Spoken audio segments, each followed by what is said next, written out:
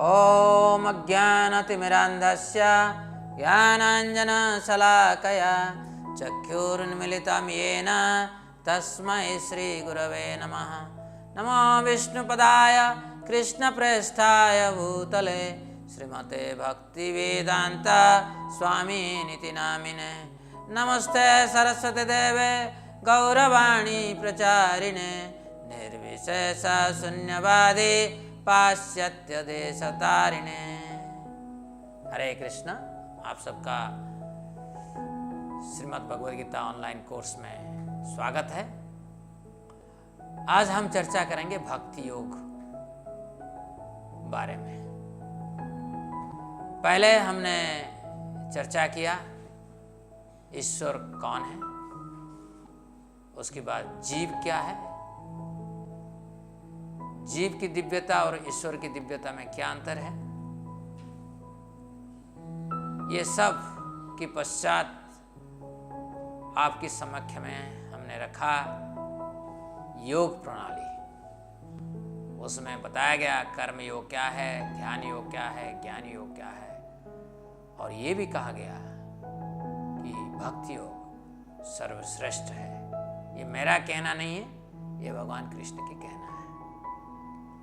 और भक्ति योग और योग प्रणाली के बीच में और एक विषय वस्तु हम चर्चा किए हैं। वो विषय वस्तु है कि दिव्य ज्ञान को अर्जन कैसे किया जाए, कि ये जरूरी है। हमें अगर पता नहीं है कि दिव्य ज्ञान अर्जन करने का प्रक्रिया क्या है, तो भक्ति योग हम समझ नहीं पाएंगे। तो अभी सब कुछ तैयार हैं, यानी कि जैसे कहते हैं ना, अगर कढ़ाई गरम है तो तेल डालो, सब्जी बनाओ। तो ऐसे ही अब हम तैयार हैं। हमें पता हो गया कृष्ण परम सत्य है, हमें पता है जीव कृष्ण की नित्य दास है, हमें ये भी पता है कि योगाभ्यास से हम कृष्ण को प्राप्त कर सकते हैं। तो आज हम चर्चा करेंगे भक्ति योग, जो सर्वोच्च योग है, और भगवद गीता सिर्फ भक्ति योग ही है। अध्याय 6 में हमने चर्चा की कि ज्ञान योग के द्वारा भगवान श्री कृष्ण के ब्रह्म स्वरूप का अनुभव किया जा सकता है, और ध्यान योग के द्वारा श्री कृष्ण की परमात्मा स्वरूप का अनुभव कर सकते हैं, और भक्ति योग के द्वारा श्री कृष्ण की यथारूप में समझा जा सकता है, अर्थात भगवान जो परम अलौकिक व्यक्ति है और 6 ऐश्वर्यों से परिपूर्ण है। भगवान का अर्थ है वो परम पुरुष है, एक व्यक्ति है। उनकी इच्छा से करोड़ों करोड़ों ब्रह्मांड की प्रकट होता है और अप्रकट होता है। उनकी इच्छा से करोड़ों करोड़ों दिव्य ब्रह्मांड नित्य प्रकट है, जिसका कभी अप्रकट भी नहीं होता है। और ये उनका असंख्य भक्तों के साथ हर समय दिव्य लीला में आनंद लेते हैं। कलियुग में भक्ति योग का अभ्यास अत्यंत सरल ही नहीं, अपितु यह सर्वश्रेष्ठ योग है। भगवद गीता में भगवान कृष्ण दृढ़तापूर्वक कहते हैं, 6 अध्याय आखिरी श्लोक 47वां, योगिनामपि सर्वेषां मद्गतेनान्तरात्मना श्रद्धावान भजते यो मां तमे युक्त तममतः। इसके अर्थ है, समस्त योगियों में से जो योगी अत्यंत श्रद्धापूर्वक मेरे परायण है, अपने अंतःकरण में मेरे विषय में सोचता है और मेरी दिव्य प्रेम भक्ति करता है, वह योग में मुझसे परम अंतरंग रूप में युक्त रहता है और वह सभी में सर्वश्रेष्ठ है। यही मेरा मत है। अगर भगवान कृष्ण को आप सामान्य मनुष्य मानेंगे तो हम कुछ नहीं कह सकते हैं। परंतु भगवान कृष्ण परम सत्य है, ये व्यासदेव जी की कहना है, सभी भक्तों की कहना है, बड़े बड़े सर्वश्रेष्ठ महाजनों की कहना है, सभी आचार्यों की कहना है कि भगवान श्री कृष्ण परम सत्य है। और जब भगवान कृष्ण कुछ कहते हैं, हमें उसको परम भाव में स्वीकार करना चाहिए। तो भक्ति योग सर्वश्रेष्ठ है। ये क्यों सर्वश्रेष्ठ है?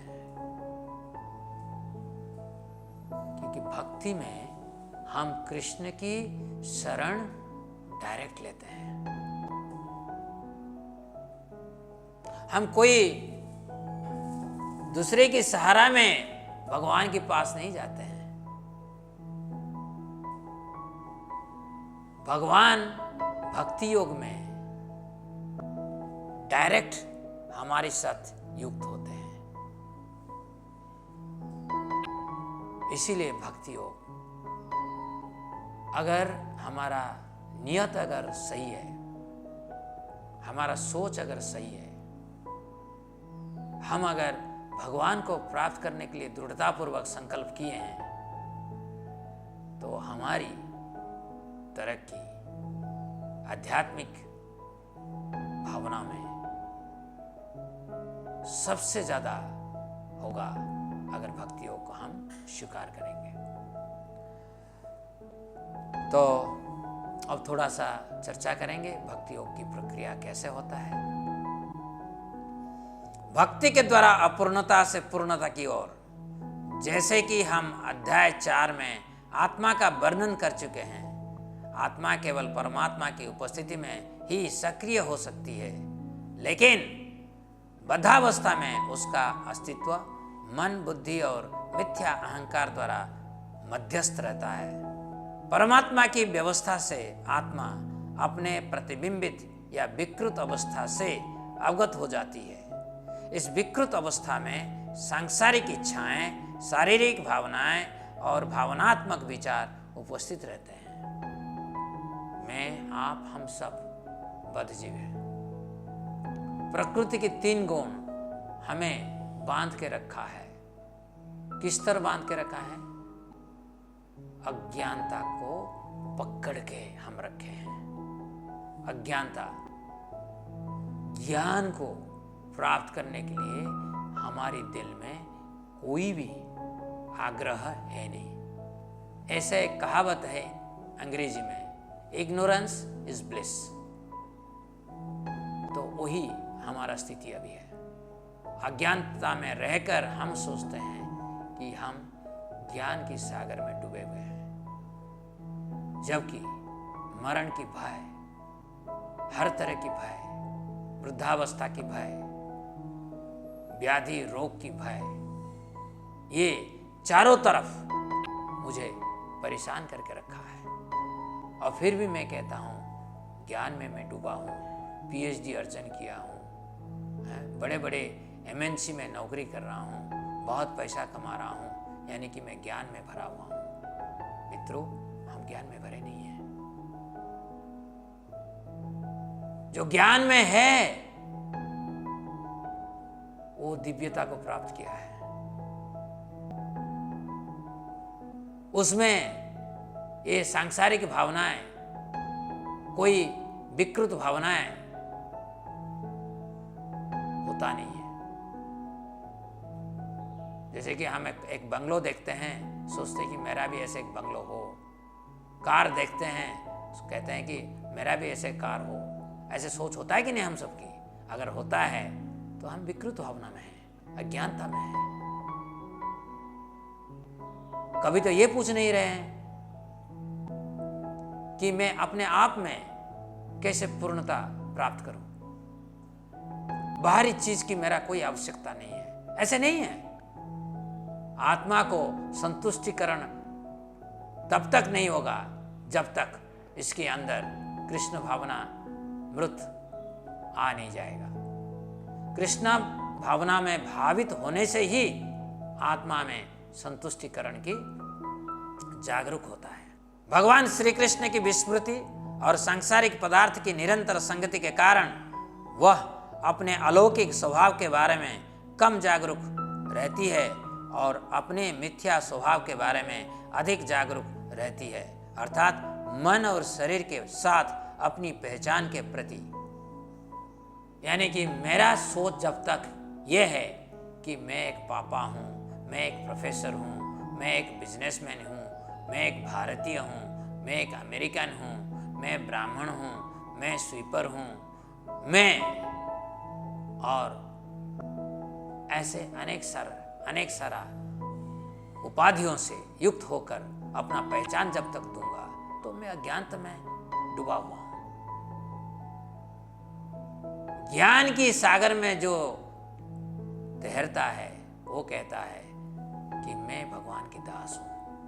हर तरफ कृष्ण ही विराजमान कर रहे हैं, इनकी शक्तियां चारों तरफ है, मैं तो एक दिव्य कण हूं। हम 84 लाख योनियों में शरीर के द्वारा जन्म और मृत्यु के चक्र में भटक रहे हैं और शरीर के निरंतर संगति के कारण आत्मा अपने स्वभाव के पथ से पूरी तरह भटक जाती है। इस मिथ्या अवस्था में वह अहम और ममेति का जीवन जीती है। वह शरीर जिसमें वह संलग्न रहती है और उसका प्रभाव क्षेत्र मेरा बन जाता है, पूरी तरह अज्ञानता में डूबी हुई बद्ध आत्मा इन 6 दुर्गुणों से पीड़ित रहती है। ये 6 दुर्गुण क्या है? काम, क्रोध, लोभ, मोह, मद, मात्सर्य। ये मिथ्या चेतना के प्रबल लक्षण हैं। मैं सोचता हूं मैं चेतनमय हूं, असलियत में मैं चेतनमय नहीं हूं। चेतन तो दिव्य होता है, दिव्यता में ना काम होता है, ना क्रोध होता है, ना मोह होता है। दिव्यता में तो भगवान की भावना होती है, भक्ति की भावना होती है, भगवान के लिए प्रेम होता है, भक्तों की संगति के लिए प्रबल इच्छा होता है। पदार्थ के साथ निरंतर संगति के कारण हमारी वास्तविक चेतना सुप्त हो चुकी है। हम अपनी विकृत चेतना में स्वयं को प्रदर्शित करते हैं। जब तक हमारी कर्म बाह्य इंद्रिय द्वारा प्रेरित रहते हैं तब तक हमारी इच्छाएं, विचार और भावनाएं सभी पदार्थ से संबंधित है। यानी कि भौतिक पदार्थ से हम जुड़े हुए हैं और हमारी पहचान भौतिक पदार्थ से ही होता है। इस अवस्था में आत्मा निष्क्रिय और भौतिक प्रकृति के 3 गुण कर्ता होते हैं, जैसा कि भगवद गीता 3 अध्याय 27वां श्लोक में बताया गया है।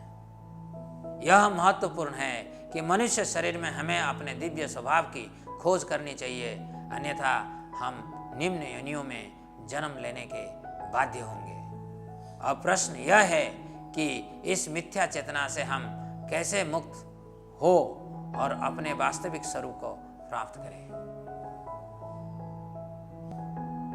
तो जो हम चर्चा कर चुके हैं उसको अभी दोहरा गया है। क्यों? क्योंकि हमारी जो स्मृति है ना बहुत कम हो गया है, इसलिए बार बार उसको बोलना पड़ता है। शरीर का साथ संगति लेकर शरीर की भावना में हम हर समय रहते हैं। जितने शरीर की भावना में हम रहते हैं उतना ही दुर्गंधी हमारा चेतना के अंदर आ जाता है। उस दुर्गंध को निकालने के लिए एक ही उपाय है, हरे कृष्णा कृष्ण कृष्ण हरे हरे, हरे राम राम राम हरे हरे। तो मित्रों, आप जो छवि देख रहे हैं इसमें देख सकते हैं, जब व्यक्ति के अंदर अहम और ममेति की भावना होती है, मैं और मेरा, तब उसके अंदर काम, क्रोध, लोभ, मोह, मद, मात्सर्य भर जाता है। क्योंकि उसकी जो कार्य है स्वार्थपर भावना से होता है और परमात्मा साक्षी मात्र रह जाते हैं। परमात्मा की बात सुनने के लिए ये योग्यता नहीं रखता है। तो भक्ति योग की अर्थ है कि एक बद्ध आत्मा भक्तों की संगत में आकर स्वीकार कर लेता है कि मैं और मेरा इस भावना से कार्य करने से मैं ये 84 लाख योनि में बार बार घूमता रहूंगा। इससे अच्छा है कि मैं ये जड़ जगत से निकलने के लिए उपाय करूं और भक्ति योग से अनुप्राणित जो होता है वो भगवान का साथ अंतरंग के साथ जोड़ता है। इंटीमेसी बहुत ज़्यादा होता है भक्ति योग में, क्योंकि हम भगवान को अपना दोस्त मानते हैं, अपना प्रभु मानते हैं, अपना पिता मानते हैं, अपना माता मानते हैं, सब कुछ मान लेते हैं। ये जो बद्धजीव जो हम हैं, इससे हमें स्वतंत्र होना है। ये स्वतंत्रता की प्रक्रिया है कि व्यक्ति को त्यागपूर्ण कार्य करना चाहिए। ये त्याग क्या है? त्याग सबसे बड़ा यज्ञ है। क्यों? क्योंकि हमारे पास तो कुछ है नहीं, हम क्या त्याग दें? तो त्याग का अर्थ है सब कुछ भगवान का है, कृष्ण की है। तो सब कुछ भगवान की सेवा में लगाना ये सर्वोच्च त्याग है।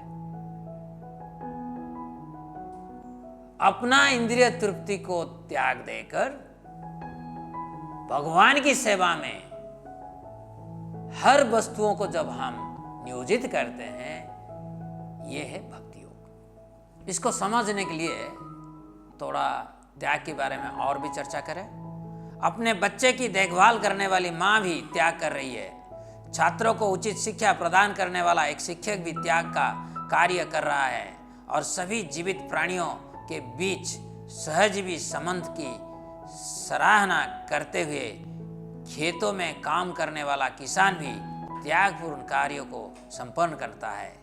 इसलिए त्याग के कार्य में सबसे महत्वपूर्ण सिद्धांत यह है कि इसमें विरक्ति की भावना होनी चाहिए। त्यागपूर्ण कार्य अपनी प्रसन्नता के लिए नहीं, अपितु दूसरों की प्रसन्नता के लिए किए जाता है। एक माँ अपने बच्चे के लाभ के लिए उसकी सेवा करती है। एक शिक्षक छात्रों के कल्याण के लिए उनकी सेवा करता है और नेता नागरिकों की भलाई के लिए नागरिकों की सेवा करते हैं। इसीलिए किसी के जो भी निर्धारित कर्तव्य है, यदि वह उन्हें दूसरों की प्रसन्नता के लिए विरक्ति की भावना के साथ विशेष रूप से श्री कृष्ण की प्रसन्नता के लिए करता है, तो उसका मिथ्या अहंकार नष्ट होने लगता है और वह सत्वगुण में स्थित हो जाता है। तो ये जो त्याग की भावना को मैं थोड़ा और अच्छा से आप लोगों को समझाने के लिए कोशिश करूंगा। जब माता अपने बच्चों के कल्याण के लिए अपना स्वार्थ को त्याग देती है, इसको हम बहुत प्रशंसा करते हैं। परंतु वही माता जब समझ लेती है कि ये बच्चा भी भगवान की है और भगवान से उनको जोड़ने का प्रयास करती है, तो यह है दिव्य त्याग। एक है भौतिक त्याग और दूसरा है दिव्य त्याग। जब हम ये समझ लेते हैं कि भगवान से सब आए हैं और हमें भगवान से सबको जोड़ना है, ये संसार के संतुलन के लिए सबको त्याग तो देना ही पड़ेगा। परंतु जब वो त्याग दिव्यमय भावना से जुड़ जाता है, भगवान की भावना से जब हम त्याग करते हैं, तब शुद्धिकरण की शुरुआत होती है। तत्पश्चात 6 दुर्गुण काम, क्रोध, लोभ, मद, मोह, ईर्ष्या नष्ट होने लगते हैं और सत्यता, विनम्रता और करुणा जैसे सद्गुण प्रकट होते हैं। आप देख सकते हैं इस छवि में, जब कोई भगवान की भक्ति करते हैं तब कृष्ण उस भक्तों के दिल में निवास करते हैं और उसको गाइडेंस देते हैं, ज्ञान देते हैं, दिशा देते हैं। और ऐसे सज्जन निस्वार्थ पर रहकर कृष्ण भावनामृत में कर्तव्य परायण होता है और उसके अंदर काम, क्रोध, लोभ दूर हो जाता है। उसके बदले में दिव्य गुण प्रकट होता है, जैसे दया, ईर्ष्या रहित, सभी जीवों के लिए समान भाव, दुख सुख में समानता, सत्यता। ऐसे बहुत सारे दिव्य गुण ऐसे सज्जन के दिल में जागरूक होता है। इस अवस्था में व्यक्ति परमात्मा का मार्गदर्शन प्राप्त करता है। हम भगवान श्री कृष्ण के शुद्ध भक्तों के निर्देश का पालन करके उन्हें प्रसन्न कर सकते हैं। शुद्ध भक्ति से रूपांतरित होकर अब यदि कोई यज्ञ करता है तो उसे ज्ञान होता है कि वह केवल निमित्त मात्र है। ऐसी समर्पित आत्मा यह जानती है कि वह श्री कृष्ण के हाथ में एक निमित्त मात्र है। यही वास्तविक त्याग है। जबकि पहले वाला श्री कृष्ण के बिना सापेक्षित अर्थों में ही था। इस तरह कार्य करने से व्यक्ति की चेतना शुद्ध हो जाती है और वह दिव्य गुणों जैसे दयालुता, क्षमा, शीलता, सत्यता, ईर्ष्या रहित, सभी प्राणियों के लिए समान भावना, सुख दुख में समान रहना में स्थित हो जाता है। परंतु सबसे महत्वपूर्ण लाभ यह है कि व्यक्ति अनायास ही श्री कृष्ण की ओर आकर्षित हो जाता है। इसका उल्लेख किया गया है। श्री कृष्ण ना तो एक हिंदू देवता है, ना ही एक शक्तिशाली व्यक्ति और ना ही वे प्रामाणिक चरित्र है, बल्कि वो परम पूर्ण सत्य है। तो आज यही हम विराम देते हैं। आगे भी बढ़ेंगे क्योंकि ये भक्ति योग बहुत महत्वपूर्ण है। आज जो हमने शिक्षा प्राप्त किया उसको सारांश में मैं कहना चाहता हूँ। जब हम भक्ति करते नहीं हैं, स्वार्थ परायण में लिप्त रहते हैं, तब मैं और मेरा भावना में कार्य करते हैं। उससे हमारे अंदर काम, क्रोध, लोभ, मोह, मद, मात्सर्य की उत्पन्न होती है। इसकी वजह से हम एक सामान्य जीवन भी बिता नहीं पाते हैं, निर्वहन नहीं कर पाते हैं। परंतु कोई भी समाज में अगर सामान्य शांति को प्राप्ति करना चाहता है, स्वार्थ पर से दूर होकर, निस्वार्थी होकर त्याग भावना में रहना चाहिए। जो भी त्याग भावना में रहता है उसके अंदर सामान्य आनंद तो आ ही जाता है। परंतु ये सामान्य आनंद सिर्फ इस जगत की है, दिव्य जगत की नहीं है। हम योग के बारे में बात करते हैं, यानी कि दिव्य जगत की तरफ जाना पड़ेगा। दिव्य जगत यानी कि दिव्यानंद की तरफ। दिव्यानंद का प्राप्त करने के लिए हमें ये त्याग को सही मायने में समझना चाहिए। तो असली त्याग तब होता है जब हम समझ जाते हैं कि भगवान सबकी प्रोप्राइटर है। तो भगवान का सब कुछ है, इसीलिए जो भी विषय वस्तु है हमारे पास, मेरा बेटा हो, मेरा घर हो, मेरा बंगला हो, मेरा बैंक बैलेंस हो, ये सब जब मैं भगवान की सेवा में नियोजित कर देता हूं, यानी कि भगवान की निमित्त होकर भक्ति योग में अपने आप को नियोजित करता हूं, तो मेरा अंदर दिव्य गुण की विकसित होता है। ये दिव्य गुण की जो विकास, इसमें दया होता है, सत्य होता है, शौच होता है, तप होता है, हर तरह की दिव्यता जो आप समझे नहीं होंगे, कभी आप कल्पना भी नहीं किए होंगे, आपके अंदर जैसे कमल की फूल है ऐसे ही फूलेगा। हरे कृष्ण।